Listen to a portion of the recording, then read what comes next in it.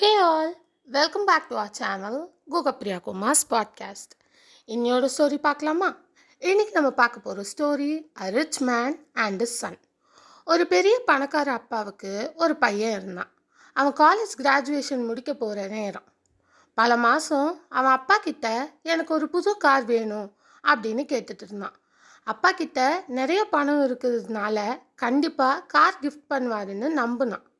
Graduation டே வந்தது. அப்பா அவனை ரூமுக்கு கூப்பிட்டு கங்க்ராச்சுலேஷன்ஸ் அப்படின்னு சொல்லி அழகாக ரேப் பண்ண ஒரு கிஃப்ட் பாக்ஸ் கொடுத்தாரு. பையன் ரொம்ப எக்ஸைட்மெண்ட்டோட கிஃப்டை ஓப்பன் பண்ணான். ஆனால் அதில் கார் இல்லை.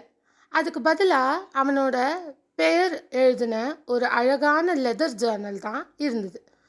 அதை பார்த்த உடனே அவனுக்கு ரொம்ப கோபம் வந்துடுச்சு.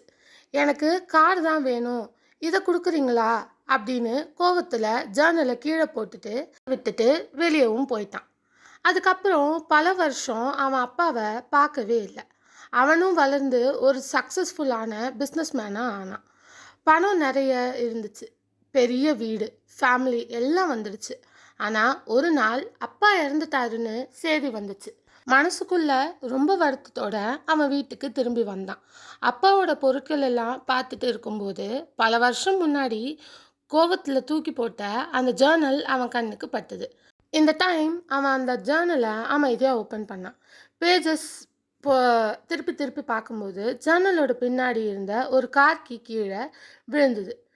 அந்த கீயோட டேக்ல பின்னாடி என்ன எழுதிருந்தா, பெய்ட் இன் ஃபுல், இந்த கார் உன்னோடது, இந்த காரில் நீ போகிற ஒவ்வொரு அழகான நினைவும் இந்த ஜேர்னலில் எழுது, லவ் ஃப்ரம் டேட் அப்படின்னு எழுதியிருந்தது. அதை படிச்சுட்டு உடனே பையனுக்கு உண்மை புரிஞ்சுது. அப்பா கார் வாங்கி வச்சுருந்தாரு, ஆனால் ஜேர்னலை கூட ஒரு ஸ்பெஷல் கிஃப்டாக கொடுத்து அவனோட லைஃப் மெமரிஸ் எல்லாம் எழுத சொல்லியிருந்தாரு. ஆனால் அவன் அவசரத்தில் கோவத்தில் கிஃப்டை புரிஞ்சிக்காம பிரித்து கூட பார்க்காம அப்பாவை விட்டு பிரிஞ்சிட்டான். அப்பா இறந்த அப்புறம் தான் அந்த உண்மை தெரிஞ்சதுனால அவன் ரொம்ப அழுதான். கொஞ்சம் பொறுமையாக இருந்திருந்தா அப்பாவோட அன்பையும் கிஃப்டையும் நானே என்ஜாய் பண்ணியிருப்பேன் அப்படின்னு மனசுக்குள்ளே வருத்தப்பட்டான். ஸோ இந்த ஸ்டோரியோட மாரல் இதுதான். வாழ்க்கையில் நம்ம எதிர்பார்க்கறது கிடைக்கலனா உடனே தீர்ப்பு சொல்லக்கூடாது. சில நேரங்களில் கடவுள் நம்ம பேரண்ட்ஸும் கொடுக்குற கிஃப்ட் நம்ம நினைக்கிறத விட ரொம்ப பெரிய பிளெஸ்ஸிங்காக இருக்கும். அதனால் எப்பவும் நன்றியோடு இருங்க, பொறுமையாக யோசித்து முடிவெடுங்க. ஒருவேளை அவங்க அப்பா அந்த கிஃப்ட்டை கொடுக்கும்போது அதை அழகாக பிரித்து அந்த கார் கீயை பார்த்துருந்தா அவங்க அப்பாவை ஒரு டிரைவ் கூப்பிட்டு போயிருக்கலாம். அவங்க அப்பா சொன்ன மாதிரி அந்த காரோட அவனுக்கு இருந்த நல்ல நல்ல மெமரிஸை எழுதி வச்சுருந்துருக்கலாம். அவங்க அப்பாவுக்கு அந்த மெமரிஸ் எல்லாம் அவன் எடுத்து காட்டியிருந்திருக்கலாம். அவங்க அப்பா கூடவே இருந்திருக்கலாம். இதெல்லாம் நடந்திருக்கலாம். அவனோட கோபத்தினால அவன் அப்பா இறந்ததுக்கப்புறம் தான் அவரோட வேல்யூ தெரியுது. நமக்கு எப்பயுமே ஒருத்தவங்க இருக்கும்போது அவங்களோட அருமை என்றைக்குமே தெரியாது. அவங்க இறந்தப்புறம் தான் அவங்களோட அருமை தெரியும்.